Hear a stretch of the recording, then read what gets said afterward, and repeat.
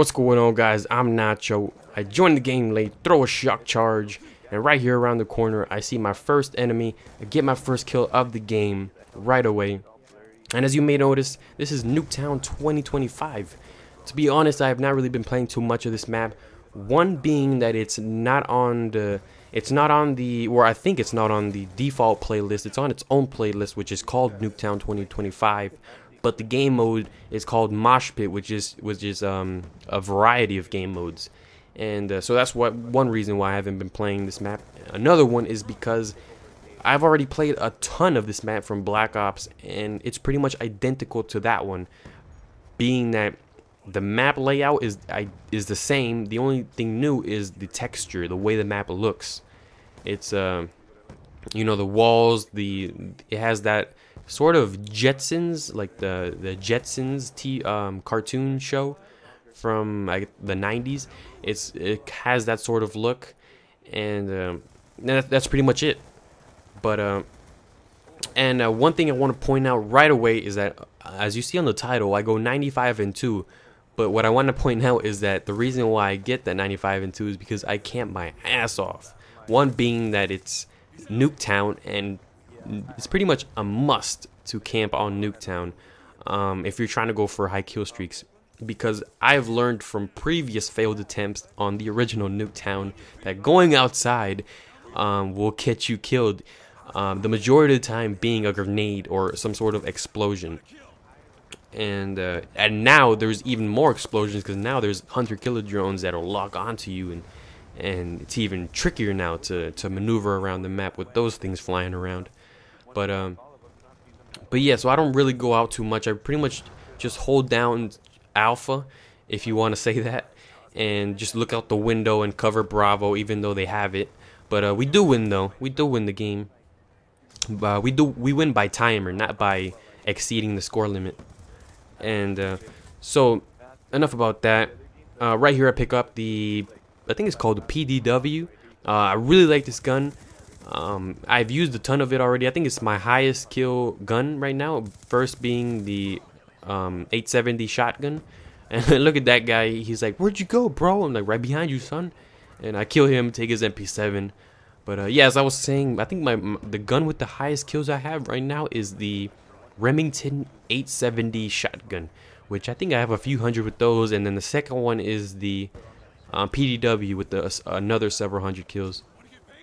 Honestly, I love the shotguns in this game. They're outstanding.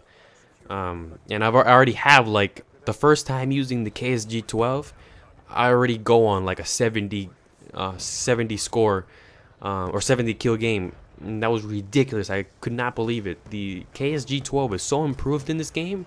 I thought the KSG was so OP in the first one. In this one, it's like OP times 2. You get like a headshot from across the map. But all right, so I should have probably mentioned this in the first when the game first started. But my setup for this match is the Vector K10, the reflex sight with fast mags. As you may notice on the reflex sight, I have like a circle reticle, which is colored, I think, bluish purple. And so yeah, I unlocked the new reticle, and I'm using that one, which I think is a beast. The accuracy on it is crazy. It's similar to the original Black Ops reticle, which was like a larger circle. It wasn't really too accurate, but this one, they shrunk down the size on it, and it's amazing. Love it. Now for perks, I am using Hardline with Flak Jacket. Now I know you guys might be saying, "Hardline, come on, son, you got to get the kill streaks legit." But it's sort of hard to get it on Black Ops 2, because you really don't know how many kills it takes. I know in Modern Warfare 3 you had like the little bars that each kill would take up a bar. And so, for example, to get a Predator missile, there would be 5 bars. You get a kill, 1 bar lights up, another kill, another bar lights up. But in this one, you really don't have a sense of how many more points you need to get a kill streak, and that's sort of a downside. But so I'm using Hardline. I normally use Hardline anyways. I used it on Modern Warfare 3. I used it on Modern Warfare 2, and honestly, I just love it. And I'm using Flak Jacket, which means I'm using the wild card perk 1 greed that allows you to have 2 perks. And So yeah, I'm using Flak Jacket on this map. It's a must as well. Like I said, grenades every 5 seconds. And for second perk, I am using Cold Blooded. For third, I am using my baby, which is Engineer. I love Engineer. You know, of course, you gotta have it when you're running around the corners, and you know you already know what's around the corner. You know, waiting for you, whether it be a Bouncing Betty or Claymore, or a C4 or a Shock Charge. There's so many things that now can be around the corner waiting for you. It's ridiculous.